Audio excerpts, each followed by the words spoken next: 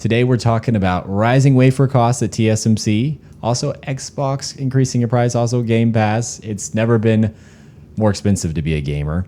And then the future of AI in gaming. It looks like AI is taking a interesting path when it comes to content creation in general with the whole Google, what is it called, VO3? The VO3, yeah, VO3. And then lastly, Nvidia and Intel, the future of APUs, and I lied. Lastly, is Qualcomm's new chip. There's a lot of buzz about that. So, yeah. How about them wafer costs, Silicon Fox? Ooh, man, I've been saying this for months on end. Like I was telling people that N4 was going to go up, N6, even N7 was going to see price increases. Nobody believed me. They thought that maybe TSMC would keep legacy pricing the same and then just make like 2 nanometer and beyond more expensive. But think about it. Like it makes sense that prices are going up. If I'm a company, let's say Valve, for example, right? Their last APU was on 6 nanometer.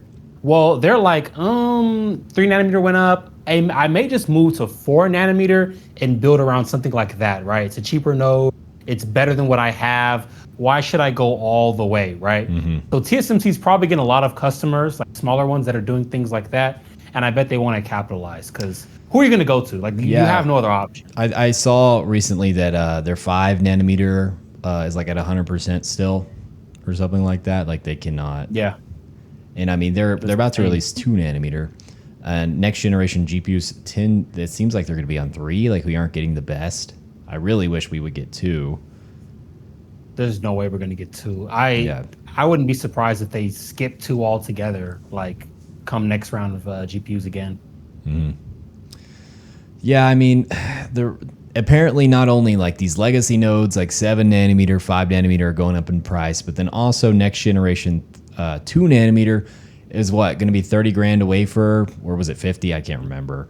I believe it was 50. 50. I think we're at 30 now. Yeah, and we then, are. and then 3 nanometer is going to be really expensive. And it's just like, it's almost like, okay, you're getting 30% more performance, but you're paying 30% more. Like, yeah. I think I'm the most surprised about 3 nanometer being like still as expensive as it is because, I mean, it is a cutting edge node, but traditionally by now that like capacity would have been easing, prices themselves have been stabilizing, but it's kind of wild to think about it because 3 nanometer is not like a new node. It's not new, right? No, it's been out for what, a year or two? Because M3 came out with, right? Lunar Lake was on N3, and that was last year. No, but early last year. The first product on N3 was Apple's M3 processors, right? Or was it the M4? No, it definitely wasn't M4. What was M2 on? Maybe it was M2 because I know M1 was on 5 nanometer. That all the way back in 2020. That was like we're still using that technology on our GPUs today. Like that was crazy. I know that the 15 Pro, my iPhone, it's built on 3 nanometer. So, I mean, I've had that for over a year. So it's been out for a little bit, for sure. It's been out for it's been out. And like I said, I'm a little bit surprised still because that family of nodes I get it's still in demand, but you would think like by now you're moving into 2 nanometer, you're taking customers that they would be easing prices on 3 to convince customers to move over. But you think also with like competition to TSMC actually rising, like Samsung's going hard in the paint. I know Samsung, their nodes do kind of suck, but they're cutting prices on their 2 nanometer, and Intel's making some fabs here and there. They aren't really a competitor yet, but they could crush those seeds right now if they wanted to. But of course, they gotta make some money too, I guess. We don't have I don't know what products are made on Samsung's 3 nanometer node, but from what's been said about chips. Oh, okay. So nothing external, I guess. But what's been said about it is like it's actually a good node. Like it's actually a good node. Like yields are better. They've ironed out some of the kinks with like the gate all around technology. So I could see companies moving to Samsung. Jim Keller's firm, Tenstorrent, they were talking about moving to Samsung on some of their products. Cutting edge AI processor. So, it's TSMC still top dog, but it's not like we have no option. Like everybody's just trash. Yeah. Well, I mean, apparently, this chip named Dojo from X, Elon Musk, he's reserved that from Samsung. Rumor has it that he's going to build his next chip off Samsung 2 nanometer, and then also it's going to be fabbed at Intel, or not fab, but packaged with what do you call it? What's it called? Intel's packaging technology.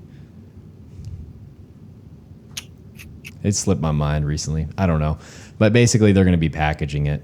It's called CoWoS at TSMC. At Intel, it's called Foveros, right? Foveros, yeah. It's being it was Foveros. Okay. Yeah, Foveros. Okay. So that's cool. Okay, interesting. I didn't hear about that. Yeah. I mean, I don't know, dude. It seems like this is getting a ever more expensive hobby, and it's not only for PC gamers anymore. I mean, Xbox is like a 2 terabyte Xbox is like $850 now or something. That's wild. It is wild. And $30 a month for Game Pass makes no sense when you can basically buy the game for 2 months worth of Game Pass and have it forever. Whereas Game Pass, you might not finish the game in that month, and you have to keep on. Like, if you're busy, Game Pass does not make sense. Like, you have to know live gaming for it to make sense, I agree. I have it. I'm going to be canceling before November 4th. And it's so sad, bro, because I did not finish Indiana Jones and the Great Circle. I'm like, oh, really? Working professional, bro. Yeah. So it takes a long time, right? It takes a long time to play some of these games, dude. We're content creators too, so we got to benchmark and stuff. So I'm kind of upset, but it's like, dang, I'm just going to have to buy it on Steam. I'm buying on Steam. And there's great Steam sales. Over. Yeah, you can even carry your saves over, because I was looking up, I no live to Expedition 33. Not really. I played 30 hours of it to beat the game off a Game Pass, and I'm like, dude, I kind of want to buy that on Steam now, because I love that game and I don't want to Xbox to have it. And I'm like, yeah, you can just go into the files and save your game from there, transfer your save that way, I think. But yeah, I mean, consoles are cooked, bro. I sell computers. If they're costing $800, after tax now, GG, dude. I can sell computers at that price all day long, and for the same performance or more. Yeah, honestly, yeah. Yeah. It's just about. And I think Xbox itself, hardware division, I think they're cooked as far as bespoke hardware. We already know, man. The Asus Xbox ROG Ally was the writing on the wall. Come the future, and Xbox is just going to be some off-the-shelf AMD part, and they're going to license it out to OEMs to build something around it. And then they'll give you their Xbox OS, and then there's your Xbox, because they're not making any money in this division. I think they've sold about 35 million units worldwide year to date, which sounds like a lot, until you remember that this console launched during COVID around 2020. There are several, tens of millions behind Sony still. I think Sony's at 75 million PS5s. Developers are targeting that unit. They're done, and they're done. Microsoft leadership is Xbox hardware division is busted. Why do you think they've just merged all the divisions now? Xbox hardware is now with Surface hardware. They're all one hardware division now. Really? That's their laptops. Yes, it was just in the news a week ago. Yeah, they merged all their hardware divisions. Xbox got folded in to the rest. It's one division that makes hardware now, which is that's crazy. Not a good. That's not a good sign if you're a console gamer. Dang, yeah, that's. Well, I mean, yeah. I think the brand itself is kind of fading. They really just want you to get on PC and get in their subscription plan, to be honest. They just want you to be beholden to that. But the thing is, on PC, there's so much competition with Steam that I don't know at $30 a month who's all gonna get into that. Like I said, it just doesn't make sense unless you're straight up no-lifing it. Well, yeah. Well, you would be quite mistaken if you believe the discourse online. I can't believe how many people. Okay, there was a lot of pushback against it, obviously. But there was still a sizable amount that was oh, you guys are just broke. What are you talking about? What do you mean you can't afford? Well, no, it's the value proposition, because it just doesn't make sense, because you don't. I don't think it makes sense either. You don't own it. And You know? some games come off too. Some Yeah. games come off of a Game Pass. They also said I have to figure out which tier it was because all the tiers went up in price, and one of the tiers now lost the day one Microsoft first party titles. So day Yeah. one now you don't get first party games. That's all the tiers except the highest one, I think. That's crazy, dude. That's Yeah. all the tiers. I could see the basic one, but all of them really? That is awful. I mean, I was just wondering about where's the PC, value? because the PC one, like it went from like 12 now to like 16 something. I'm like, okay, what does that include? Because I'm guessing that's not day one games, but if it still has like a backlog of like, I don't know, the recent games like Doom, the Dark Ages and stuff, I'm like, okay, that could be pretty good. But still, like at a certain point, like you don't want to be paying the same wage every month when you could have just owned it and you don't ever have to pay it again, you know?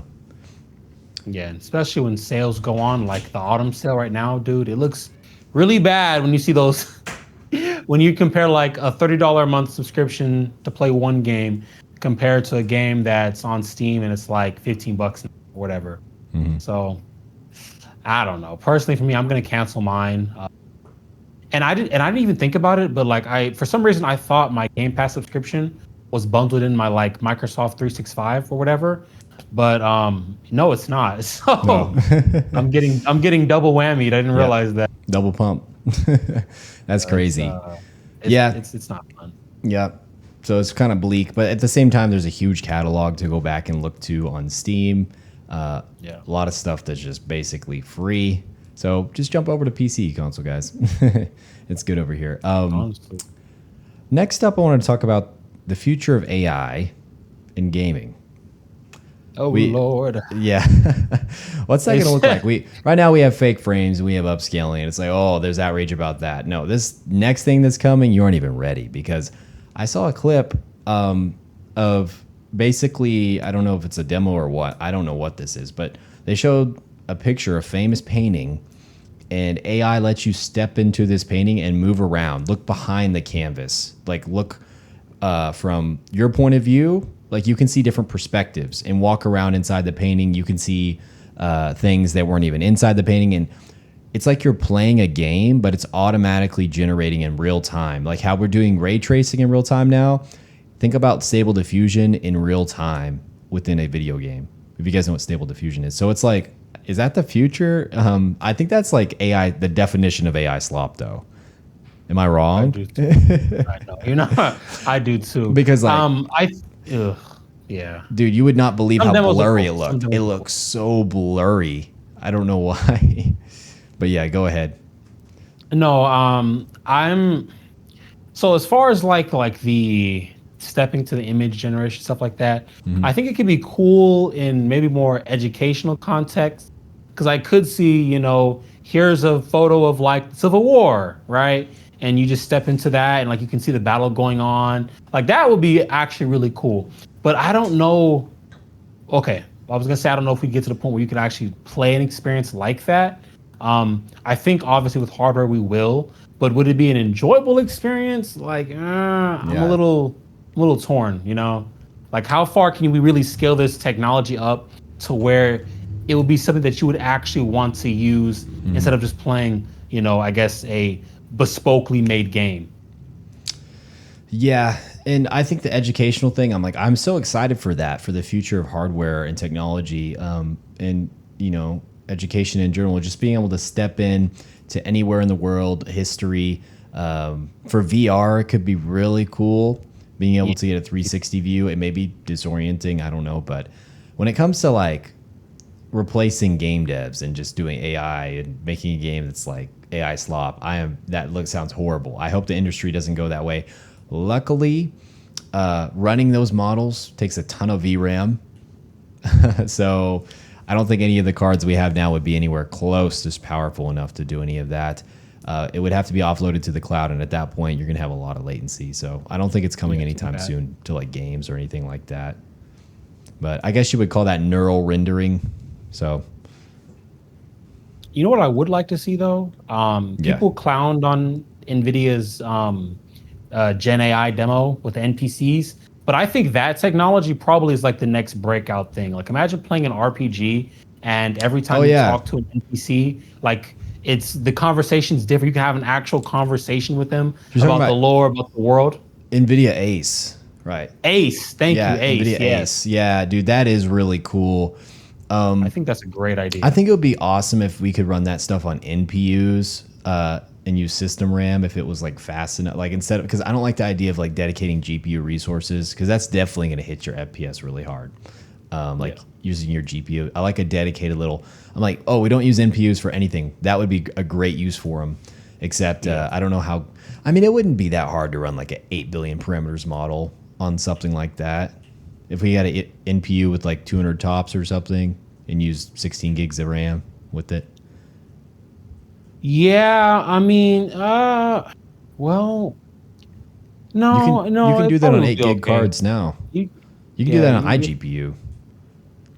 So yeah, I mean, I think that's where they should take that. I don't know if it should be an Nvidia thing. Maybe with the whole Nvidia and Intel partnership, they could come up with an idea that allows them to do that, merging CPU and GPU. And that's actually the next thing I wanted to talk about is, Intel Nvidia kind of invested in Intel, and they made this partnership where basically they're going to use x86 CPUs in data center.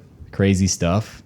I mean, not really. They've been doing it for a while, but they're going to be able to use the chiplets of Intel CPUs within their Rubin stack and connect them all through, what do you call it? Nvidia NVLink, and it essentially make them like one giant GPU within a data center. That's what NVLink does, I think. But then on the Intel side, Intel's going to be able to use, Nvidia will just be able to work with Intel and make integrated graphics with Nvidia GPUs on the low end. So crazy stuff. Like we're talking like you could just add like you could get like something, what's it going to be? The 445K. That's like an i5 for Nova Lake. Apparently it's going to have on desktop 24 cores. So it's going to be equal to like the 285K now. On laptop, I have no idea. But let's say you got one of those, put it in a laptop, and then put in a GPU that's equal to something like a 5060. But since it uses system RAM, that it's going to have like 32 gigs of VRAM, right? That's 2080 Ti performance with 32 gigs of VRAM.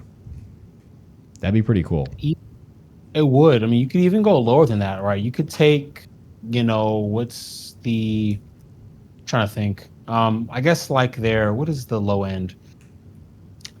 I guess like their Lunar Lake equivalent, something like that. And instead of Intel IP for that, you could actually give it like whatever the T239 GPU is inside the switch. Like imagine having the Switch 2 GPU in like a low end package on a laptop. Yeah, that would punch well above its weight. That would still be pretty cool, Yeah, you could get something like integrated graphics with like 1,000 CUDA cores, probably 1660 super performance or something like that. But with like DLSS and all that. Yeah, 15 watts total package power with the core CPU cores and the GPU. I would actually rather buy that than what the other thing I just listed, just because when I'm mobile, I want no fan noise and I want long battery. So I'm right there with you. I bought Lunar Lake. I'm not looking to upgrade until I get an Nvidia iGPU. I'm telling you that right now. That's my next upgrade. I'm not buying Panther Lake. You think 2026? No. It's probably going to be 2027 or 2028 at the earliest. So now I did contact Asus for a Panther Lake sample. They got back to me and said they could probably do that. So probably be able to test Panther Lake against Lunar Lake and see how that stacks up. But nice. I meant to follow up with that. Yeah, that's dope. Mm-hmm. It's funny you mentioned NVLink Fusion, because when I was at Computex and I was sitting in the GTC conference, they were talking about incorporating like other hyperscalers IP into like their Fusion stack. Like, hey, you guys could put your CPU on our IP block, and then we can build out.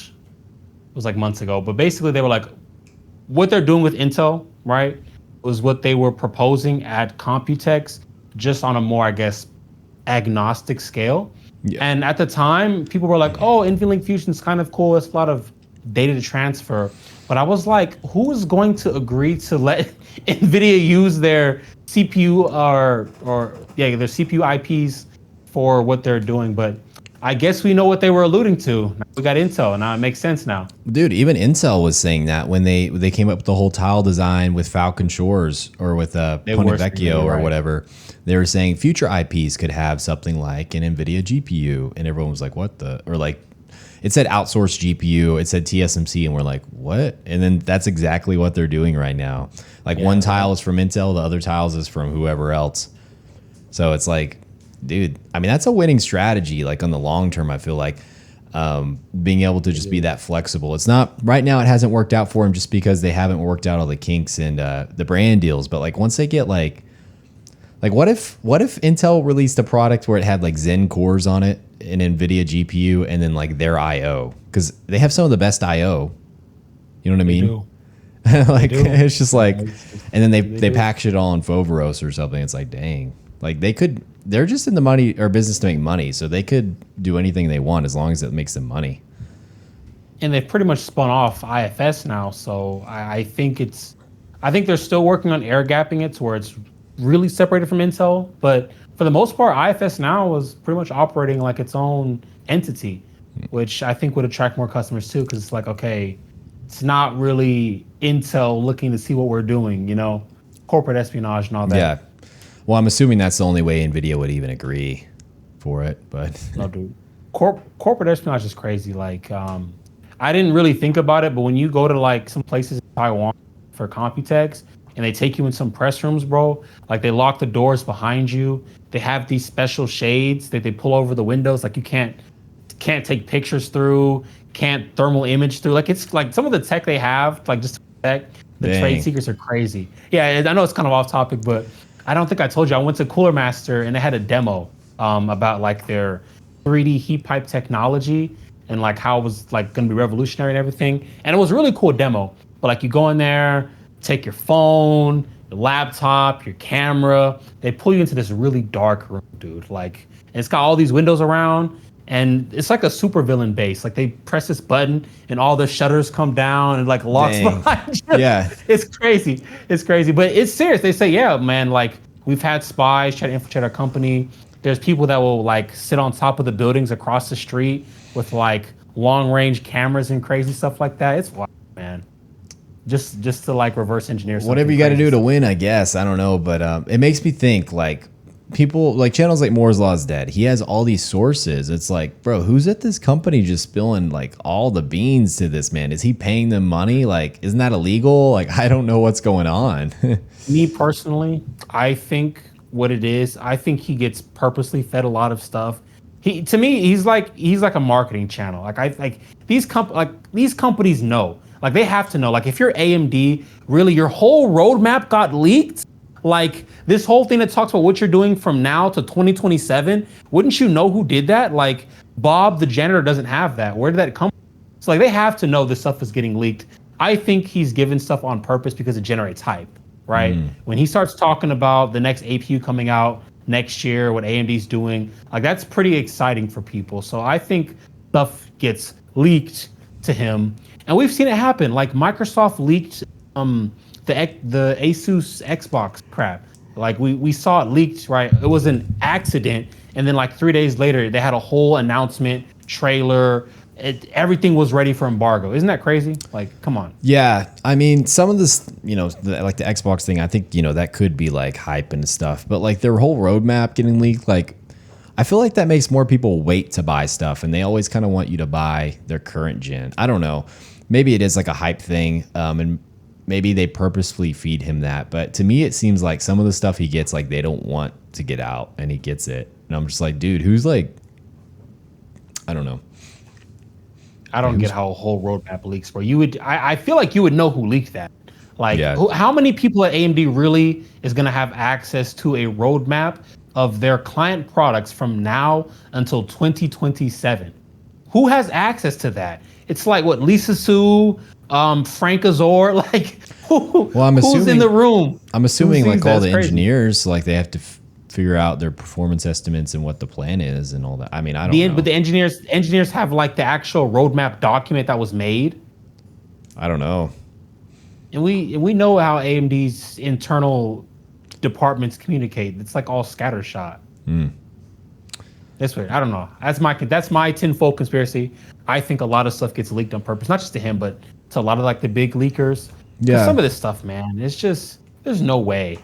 It's like you got a whole engineering sample GPU like that somehow someone just stole and got mailed to you. Like what? That is the thing. Like some of the I think you just went out. No, I'm good. Oh, your camera. Okay. That is like something where it's like, bro, how does he get like renders? Like, how does he get the actual card? Like, how did he get die shots of Zen 6 without like? Thank you. Who has the die shot? That's not like a lot of people. That's not a lot of people. Well, that's why I'm wondering, like, is he paying someone or is someone just straight up feeding him this? Or like you said, is it on purpose? That is, I don't know. There's not really anyone else like on YouTube that gets that kind of treatment, as far as I know. That's true. Like, who else is getting die shots of future? Like, I'm pretty sure if Linus Tech Tips asked for one, he wouldn't get it. So how is Moore's Law's debt? Like, that's what makes me think it's like, dude, there's somebody on the inside that just feeds this man. I don't know. Or maybe it's fake. I don't think the Zen 6. It's a conspiracy. Yeah. I don't think the Zen 6 die shot's fake, though. I think that's really what it looks like. I don't think it's fake either. I saw it. I don't think it's fake. So, I wanted to ask you, you're a big handheld guy. You like APUs.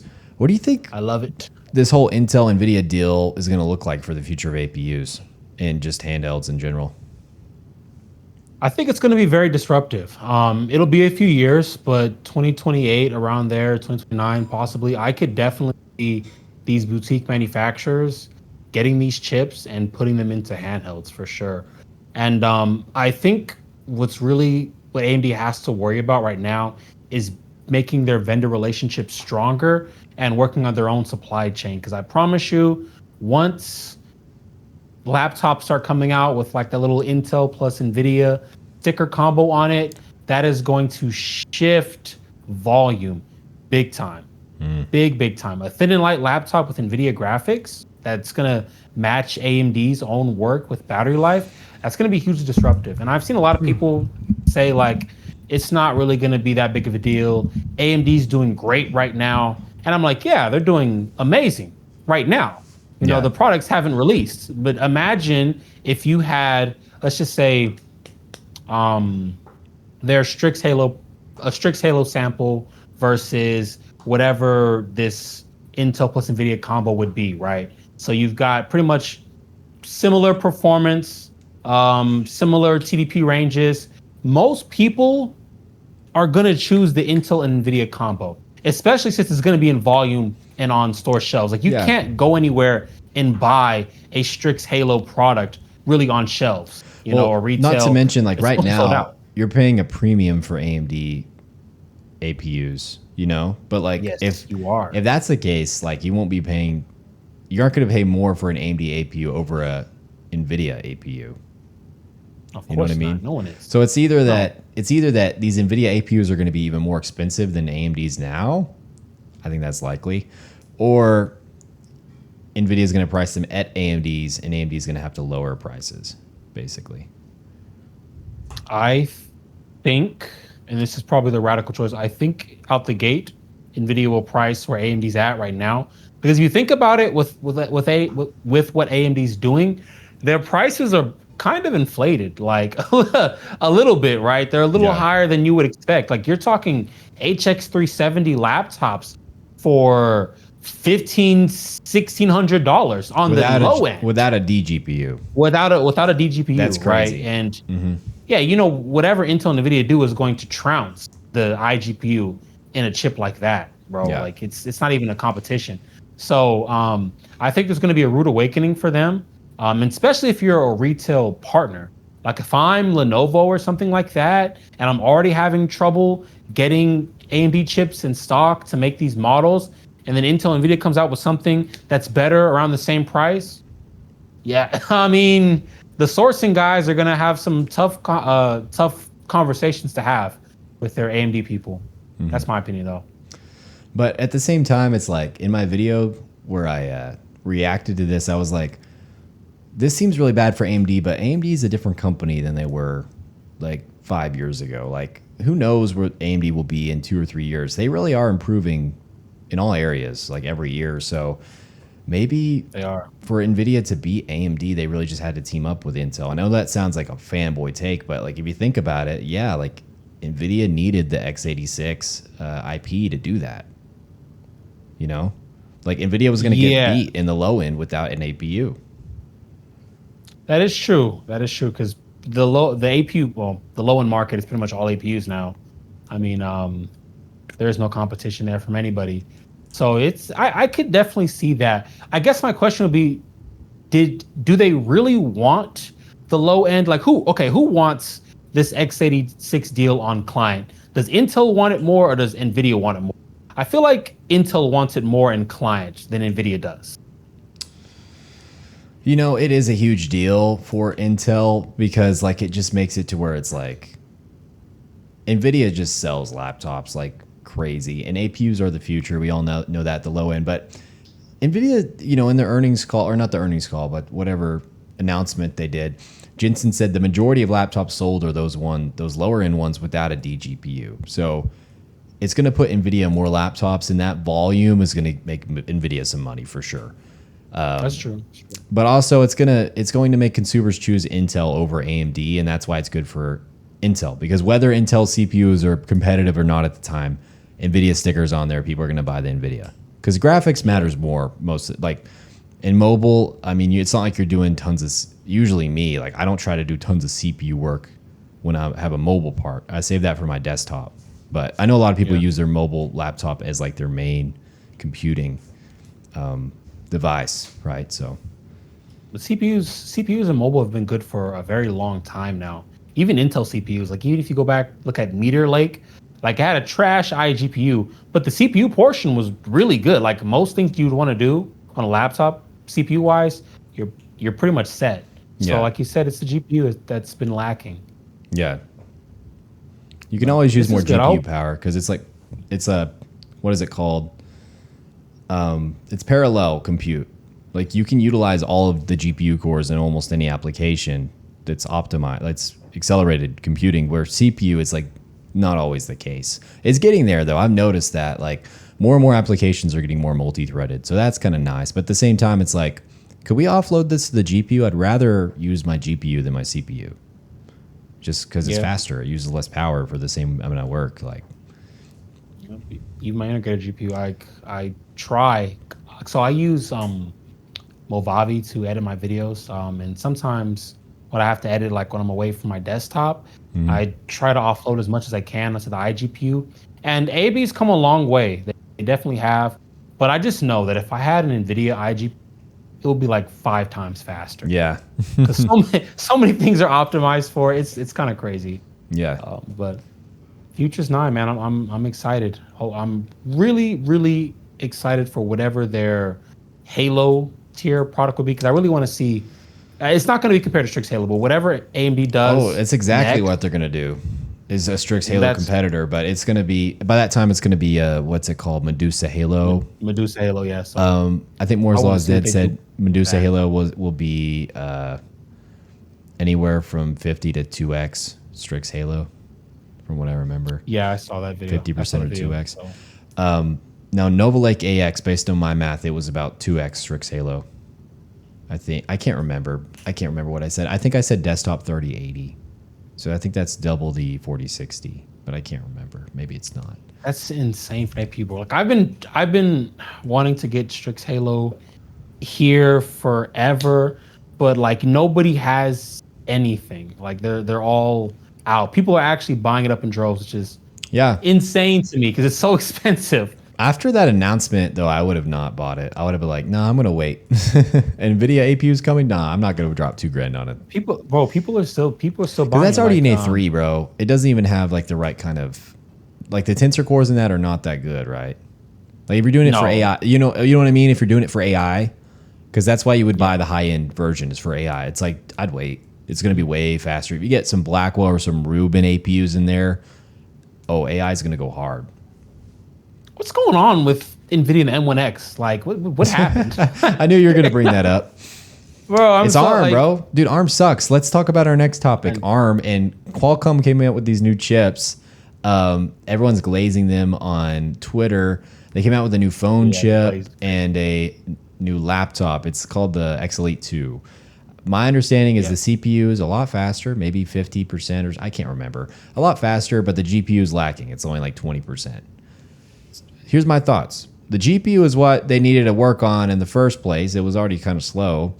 And they need to work on they need to work on game support because this is an ARM chip and you can only run like 3 games on it. And so many applications still don't work. So until they fix that, this thing is still DOA, no matter how fast the CPU is. What do you think? I'm right there with you. And like my money is where my mouth is. I have a Qualcomm laptop that I actually still use. So I feel like my experience is relevant here.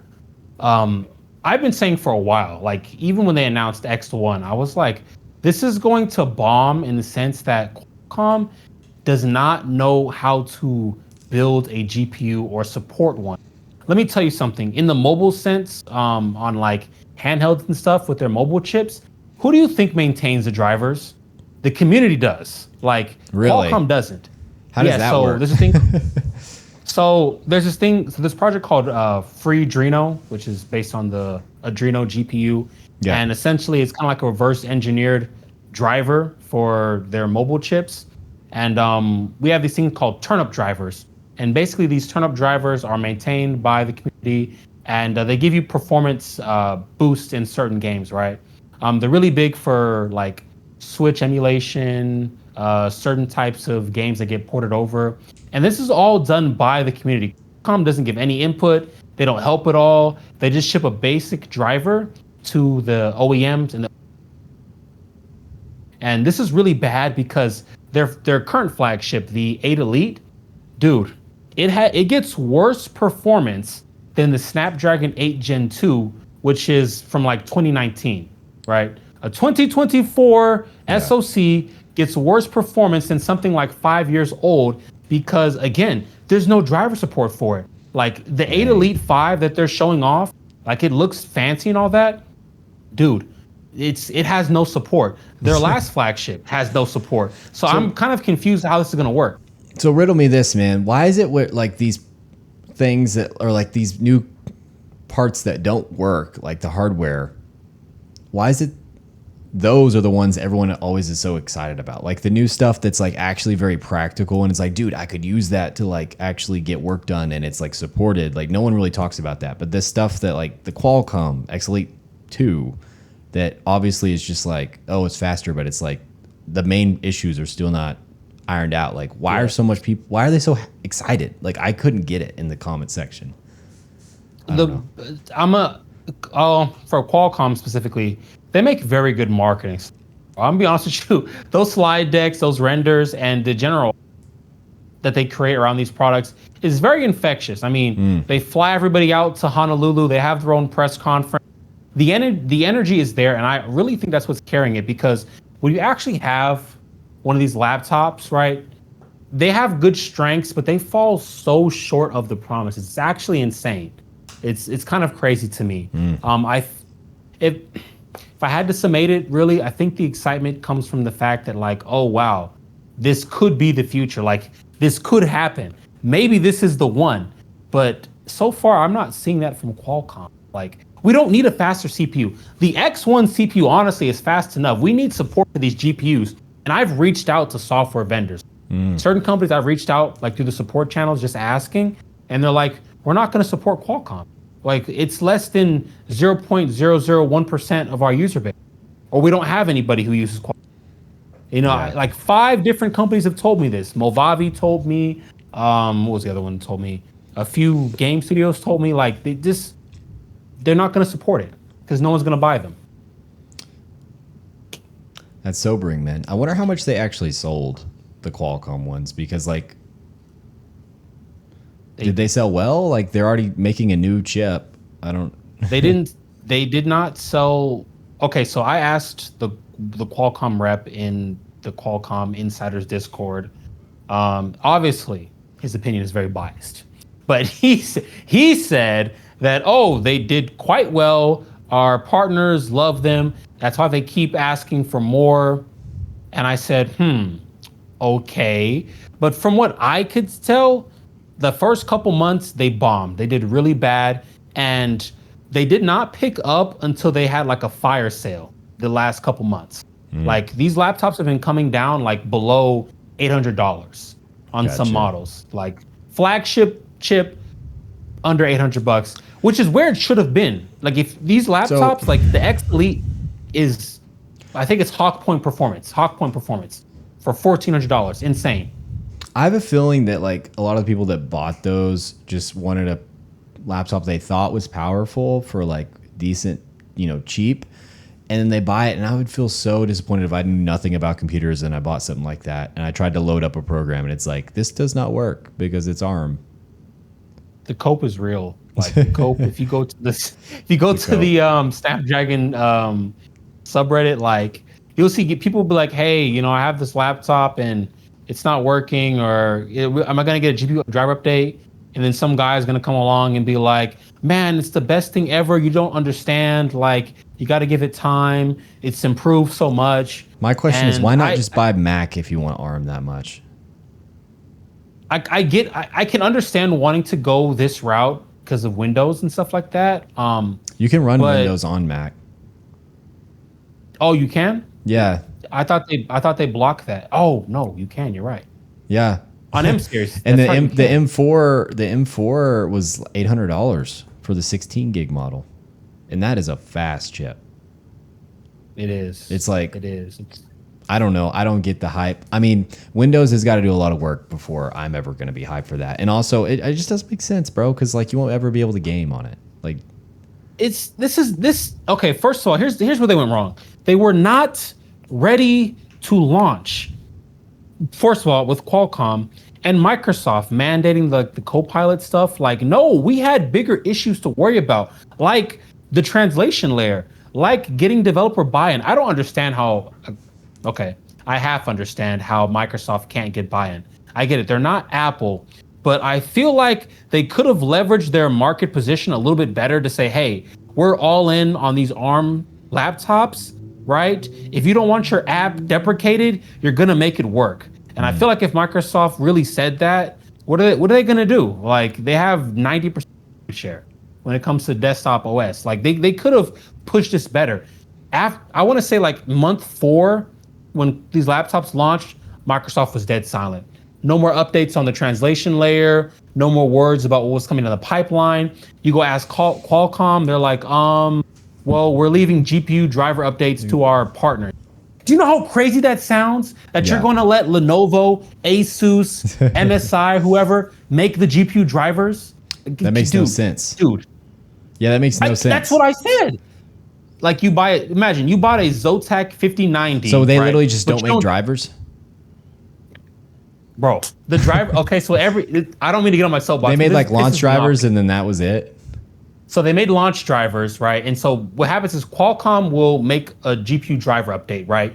And it takes a couple months. It's very slow. So they'll make a GPU driver update, then they'll give it to the vendors. Now the vendors have to go and push the update to all the models that they made, right? Gotcha. And sometimes, here's the crazy part. Well, not only do they not just don't, but sometimes it's not the same driver that works. So I have an Asus A14. Now, if I have a ZenBook S14 with the same chip, that driver may not work. Same thing with different platforms. So if you get a driver that worked on your ZenBook Qualcomm laptop, it doesn't work on Lenovo's laptop with the same chip, because Lenovo likes to do their own thing and sign their drivers. Go back, I promise you, go back in that subreddit and look. Go back a couple months, people were furious. People who bought the Lenovo X Elite laptop were mad because everyone else got the driver update, but Lenovo hadn't signed it. Lenovo didn't sign it for 8 months. Dang. Could you imagine not getting a driver update for 8 months while everyone else with the same chip has the update already? That's what I'm talking about. Qualcomm doesn't know what they're doing. Like, This is crazy. Yeah. They don't know how to do GPUs. The worst thing about it was like they charge premium. Like they charge more than Lunar Lake for that. So it's like, what the?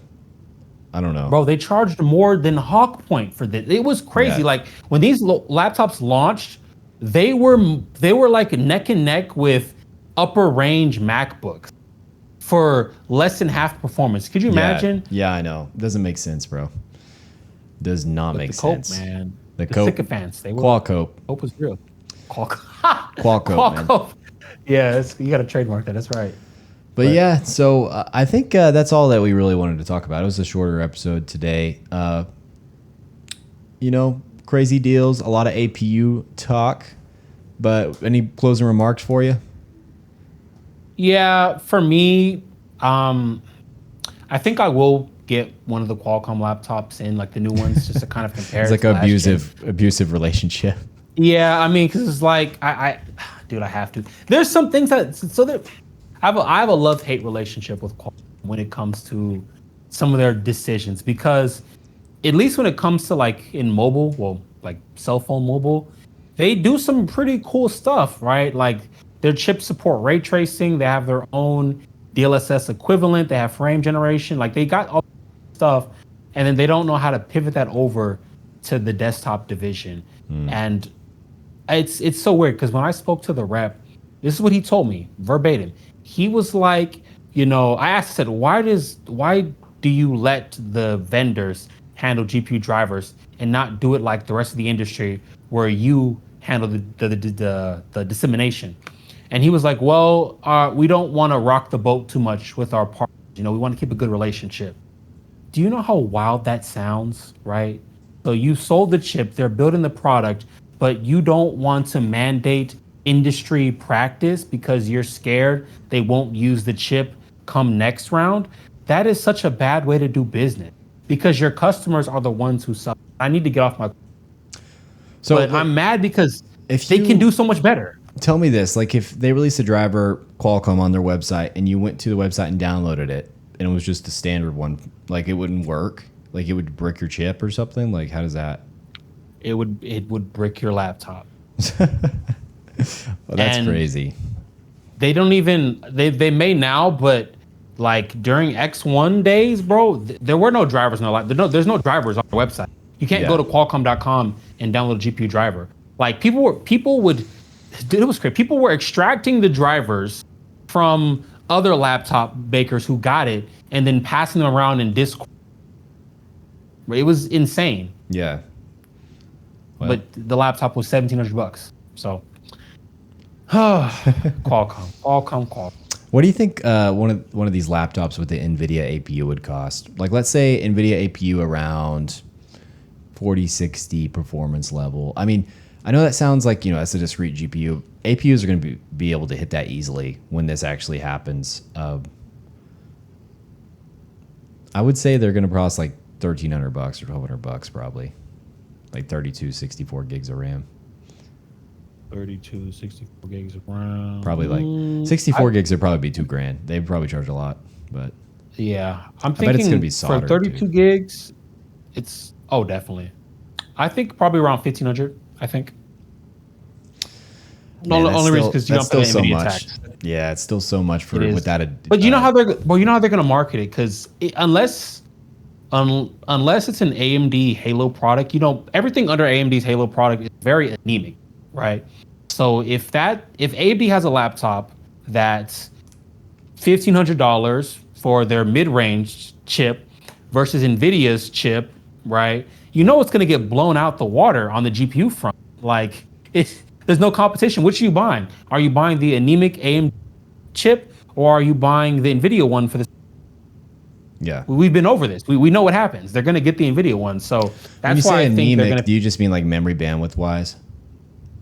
Yeah, I mean memory bandwidth wise. Yeah. Well, I mean, and you count too, because remember, like, I'm sorry, but you know, Strix Halo was 40 CUs. Strix Point is 16 CUs, and AMD's been pretty much keeping that same amount, right? Yeah, so, that's a very annoying to me too. But they have to do that just because it's either 128-bit or 256-bit. Apparently, with Medusa Point, they're going 384-bit. with LPDDR6 or whatever, it's going to be pretty good.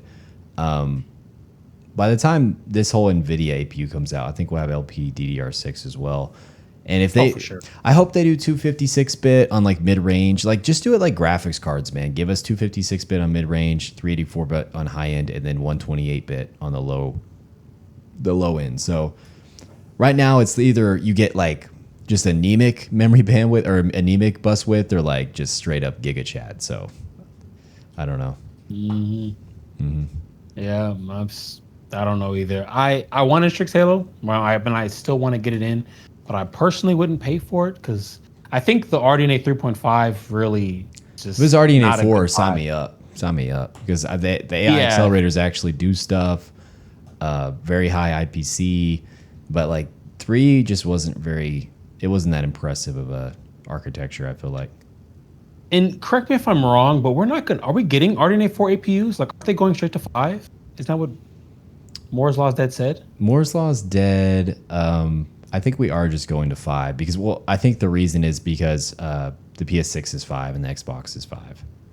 Right. Based off 5. Like they aren't exactly 5, but it's kind of how the PS5 was like based off 2, but it had some aspects of 3 somehow. What aspects did it have from 3? I don't even know. I think the BVH block like would handles RT. I think that's from based off of 3, or got backported or something. And then it's not a lot of IP based off of 3. It's still for the most part an RDNA 2 GPU. Yeah, but so all those next gen GPUs are going to be built on 3 nanometer, including the APUs. So it's going to be a while before we see like a huge increase in performance. Now 3 nanometer did have like a big density gain, and that's great for GPUs and all, but it's kind of an incremental. A standard generation bump over 4 nanometer where we're at now. 2 nanometer would have been a huge bump. How we went from Samsung 8 to TSMC 4, like with the 30 to 40 series. It would have not been that big, but close. Like that was like 80-90% gain. We would have got like 60 something percent. Now it's just like, it's like 35%. It's like, that's a generation, but we've been waiting. We've been waiting for a long time, and I wanted something more, but. Is what it is. How long have we been waiting? So we've been on 4 nanometers since 2022 with the introduction of 4000 series. You're right. It has been since 2022. That was my whole video where Nvidia's trying to rip you off. Where I'm like, dude, they're selling I saw that one. You're right. They're selling you the same node over and over. You're gonna triple dip. You're gonna get 4000 series. You're gonna get 5000, and now you're gonna get 5000 Super because you want the VRAM. It's just like. I mean, I got 40 and 5090, but it's so do you think going forward, maybe after 6000 series, do you think these companies are going to keep using like the older nodes on GPUs? Like, for example, let's say for their 60 class, they did use 2 nanometer. Do you think like for the low end, they would still use 4 nanometer, like on a 60, 60 or whatever? It all depends if they go chiplet. If they go chiplet, they'll be able to use the cutting edge node. The reason they didn't, and I detailed this in one of my videos, the reason they didn't go with 2 nanometer is because GPUs require immense die size. GPUs, they scale with core counts That's true. in a very linear way, where CPUs don't necessarily do that. And CPUs, there's a solution with chiplets with CPUs right now. With GPUs, there's not really is that kind of solution.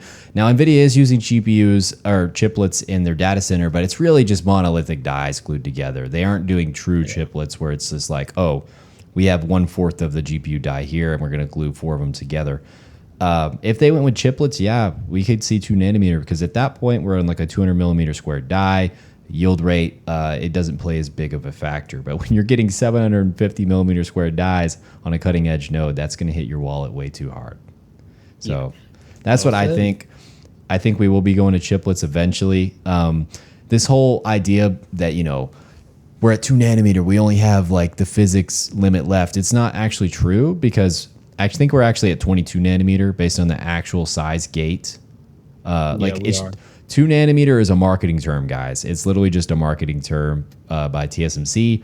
And it was so good of a marketing term that everyone else had to follow suit. Literally, people were clowning on Intel for them coming out with Raptor Lake on 10 nanometer, and then them calling it 7 nanometer. But it wasn't even either one of those. It was like 30 something. I don't even know what it was. It was probably like 40 nanometer. The reason they called it 7 nanometer is because it was equal in performance to TSMC 7 nanometer. But none of them are actually that size gate, if that makes sense. So it's all just a lie to make you buy more. And when we get to 1.4 angstrom, they're just going to go all the way down and probably make a new name up. I don't know, because we could go to zero negative 1 angstrom with how they've worded things. You know what I mean? That is true. That is true. So I don't know what they're going to do when they get to that point. Now I do think with CPUs, and we're completely off topic now, but like I do think with CPUs, we are going to start to get some degradation earlier and earlier, just because these gate sizes are shrinking, and the more voltage you push through those, it's literally just going to degrade the gates with how small they are. And something I thought about, and I wanted to talk to you about this, is a Power Via. It uses metal wires that are like 100 times smaller or something, or like 50 times smaller than the wires that we have now. And actually, the smaller the wires you use, the faster they degrade. So I'm wondering, I'm like, does that mean these CPUs are going to die within 5-10 years or something? Like with normal use? Like, I don't know.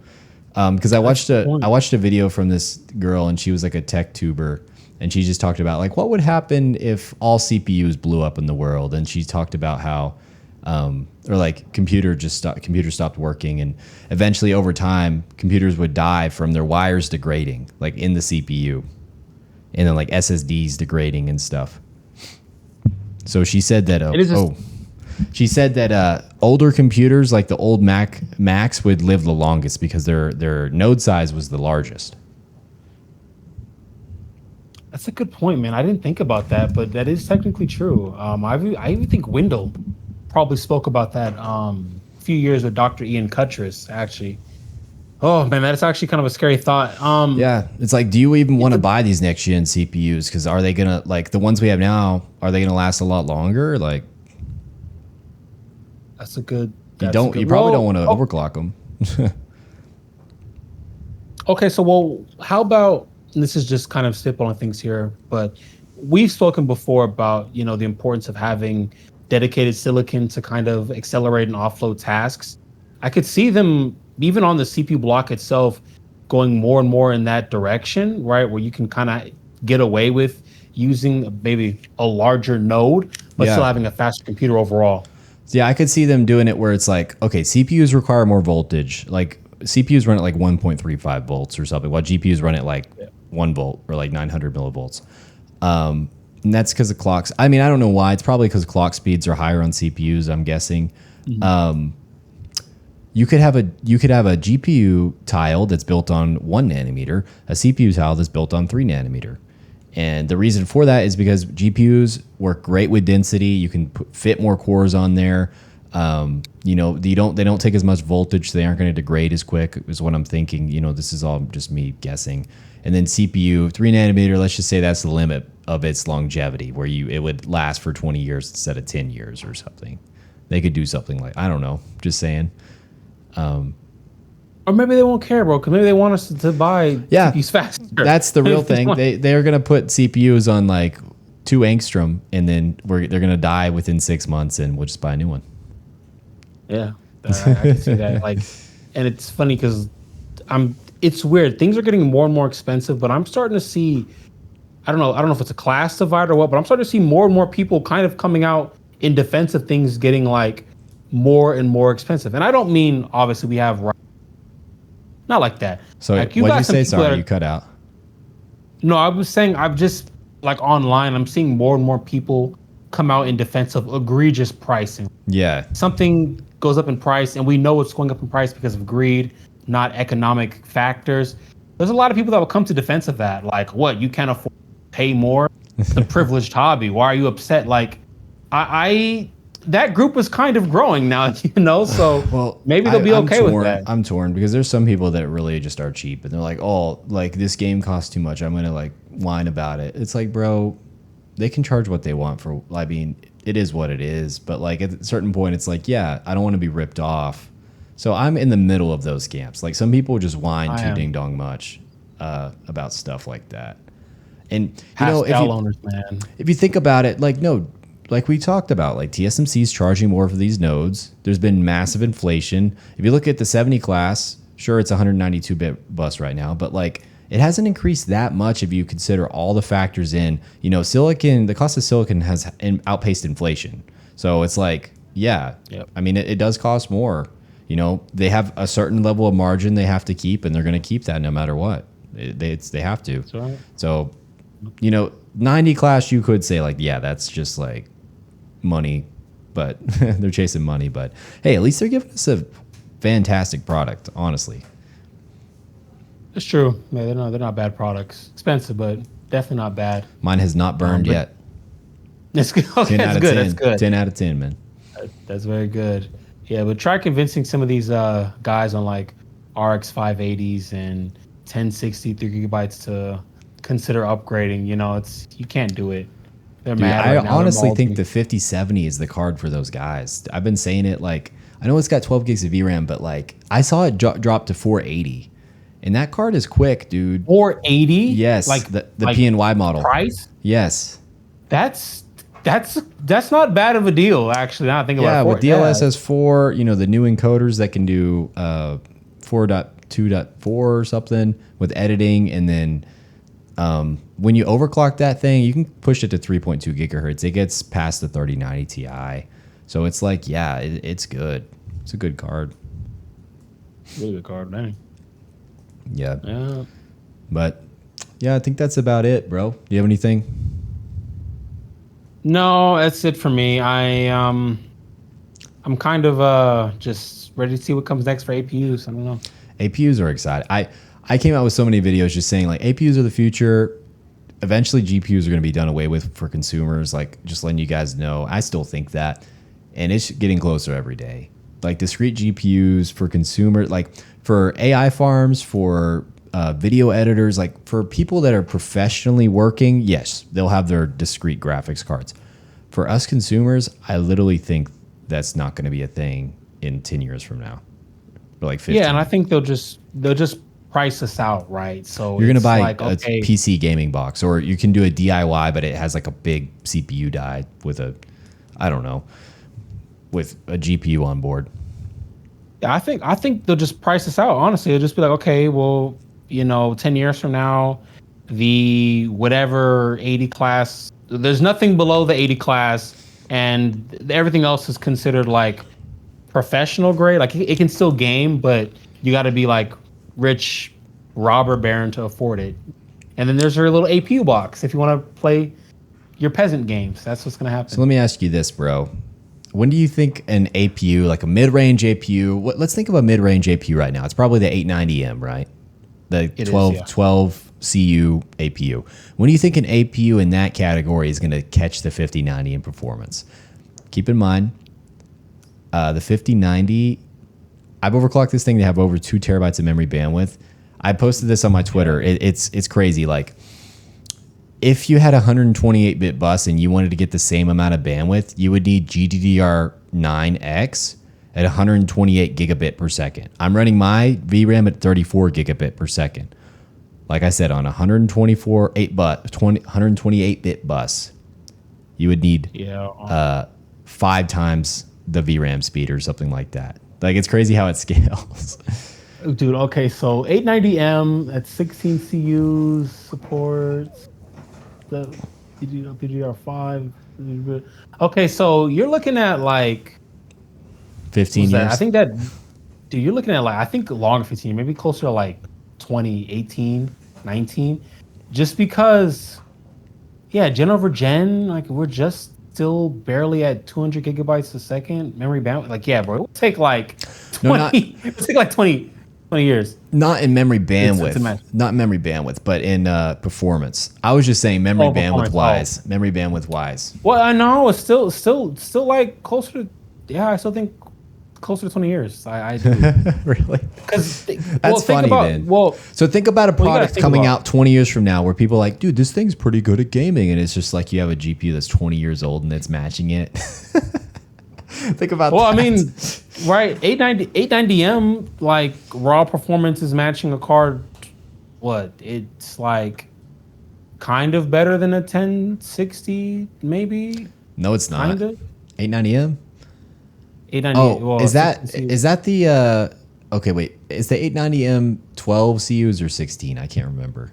Because the 16 CUs. Oh, okay, yeah, that's the one that's around 1060, 6 gig. Because it's right around Lunar Lake's GPU as well. Yeah, it's right. It's right around, but I mean, it's like it's hit or miss because some benchmarks it's lower. Some the 1066 gig was on 980 GTX 980 level as well, or 980 Ti, right around. So that is, when was that? That was it's like 2013, 2014, wasn't it? That's 2014, right? No, 2015 with the Ti, 2014 with the 980. Oh. And it is now 2025. So that's 11 years. But let's be real. I think we can confidently say the progression will be slower in the next 10 years than it was in the past 10 years. Oh, yeah, of course. I mean, like, definitely. Rising costs, excluding AI. AI could be huge. But yeah, I'm thinking 15 years. Probably 15 years until a mid-range APU matches the 5090. Maybe 20, like you said. I think it might be longer than 15 years, bro. It's going to be a while before we get to that level. So because they're going to, I'm thinking you pay for the 5090 and you get to time travel into the future of alien technology. Am I wrong? That's what I was saying that to Frog, actually. And then Moore's Law is Dead and came out and said that about the Strix Halo APU. And I commented on his video. I was like, bro, that's exactly how I feel about the 5090. And then he commented on my comment and he was like, oh, unless you try to run PhysX. And I'm like, I haven't tried that yet, but thank you. Yeah, because they depreciated or deprecated, I think. They just took PhysX out support. Yeah. They just took it out. But I think they open sourced it now. So I guess somebody, if they wanted to, could come out and build their own library for it. But whatever. I'm keeping my 4090 for PhysX games. Whatever. Really? So you actually? I haven't, dude. Since I got the 5090, I've only been. Since I got the 5090, dude, I've only been playing like the new stuff. Like it feels good. Like I'm like, maxing out the path tracing. But yeah, I could go back. If I ever go back, I'll probably just play it on a different system with PhysX, I guess. I don't know if it really matters. I mean, I get for most people, it's probably not going to. And I don't go out and play those games on. Love PhysX games. Just so happens to some of my favorite games, like the Arkham games. I love Mirror's. I play Payday 2 all the time. Oh, is it in Payday 2? Yeah, like on glass and crap like that. Yeah. So does it just look horrible without it? Actually, no, it doesn't. They have a fallback for it. Because like I play on Steam Deck a lot, and Steam Deck doesn't have. Okay. You know, you kind of can't notice it. Yeah. It's like the glass breaks and just kind of disappears.